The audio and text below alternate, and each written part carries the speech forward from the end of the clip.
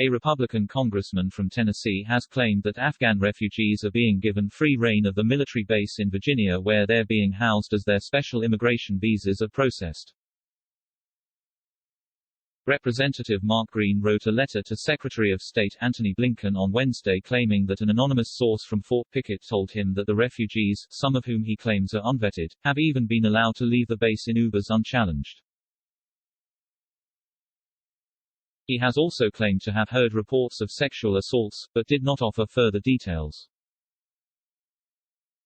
The allegations made by Green, a combat veteran who served in the U.S. Army in Iraq and Afghanistan, have not been confirmed.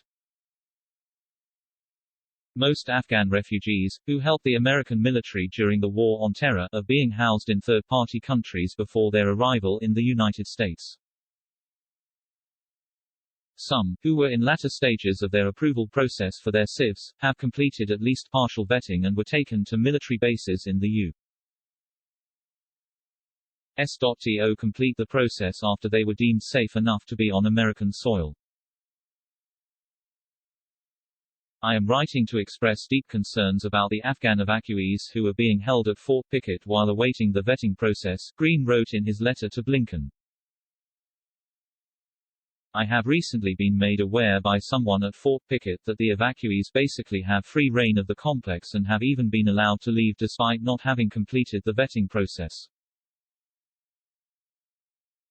He continued, my source has made shocking allegations, including multiple incidents of sexual assault, and several evacuees have been picked up by Uber drivers without any permission from authorities, or being cleared to leave.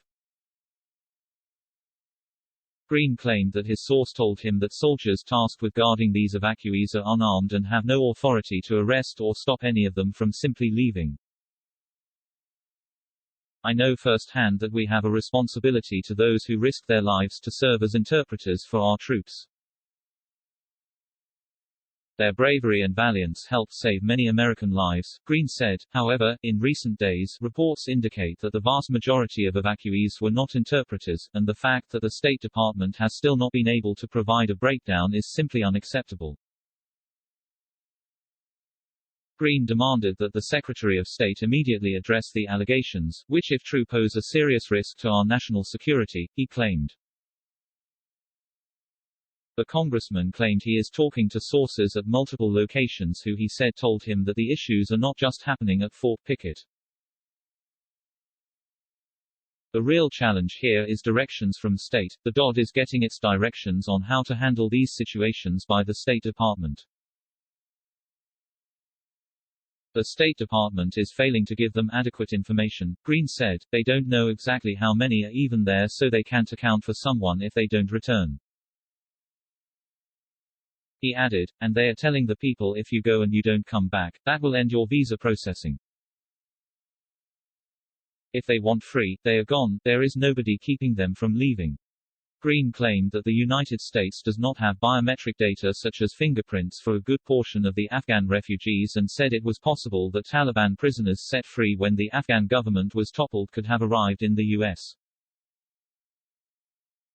We can't really get information from State because they won't provide names, they want to provide any information on the people, the numbers that they have, Green said. They won't even tell us how many American citizens they evacuated. We tried to get them that number requested through the National Defense Authorization Act (NDAA) the other day, and I could not get that passed. It is just crazy. This State Department is a complete failure. He added, so this is one of the greatest security risks this nation has ever had, and this president and this State Department don't seem to care.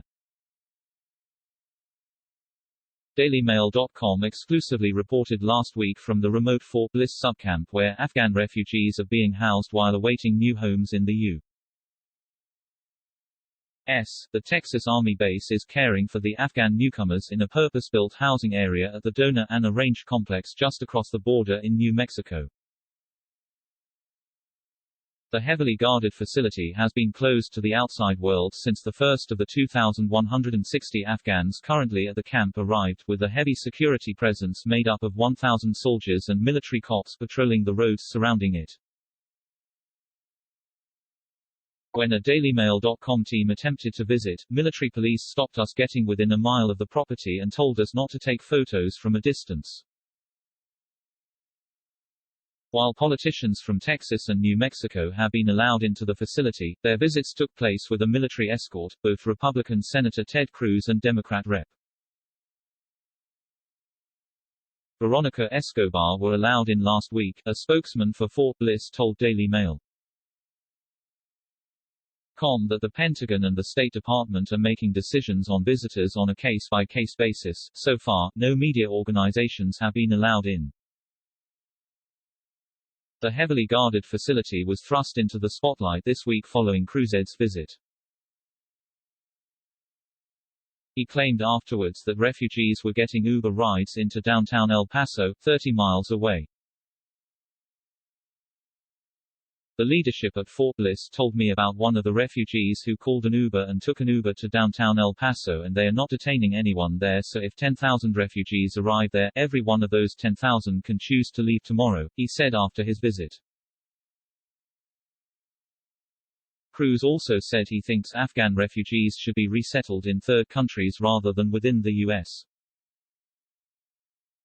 But DailyMail.com can reveal that none of the Afghans at Dona Ana have left the camp and that most are expected to stay until their visa process has been completed and permanent housing has been found. Asked whether an Uber could make it to Dona Ana, a soldier at the complex told Daily Mail. No Afghans are getting Ubers, the Ubers would be stopped before they could get in there anyway. The Afghan refugees can leave once their paperwork has been processed, they have to wait for that before they go. The base is also being used for evacuated American citizens. American citizens with all their documents can leave anytime they want. George Elsiaser is the executive director of the Armed Forces YMCA El Paso, which is handling donations for the Afghan families at Dona Ana. He said most of the refugees had arrived with nothing more than a change of clothes after having their possessions taken by the Taliban and would not be able to afford the $56 cost of an Uber ride to downtown El Paso. He told DailyMail.com, "I personally don't appreciate that kind of rhetoric. I did not go on the tour of the facility or fly over it with Ted Cruz. I did not talk to Ted Cruz. On a personal level, it's a little annoying to hear, but he's a politician and politicians do what politicians do." Elsiaser added, the families would go to the airport with their bags and everything trying to get on the plane. The Taliban would end up stopping them. Every time they saw someone with a backpack or a bag, they would end up stopping them because they knew they were trying to travel. A lot of these families are leaving with nothing because if they have a bag, they get stopped, so they have whatever they could fit in their pockets. That's what they have. They're showing up with their babies and the clothes on their backs. Fort Bliss is providing housing, a place to lay their head down and sleep, a place to eat, a place to take care of their family while they decide what we're going to do with these people.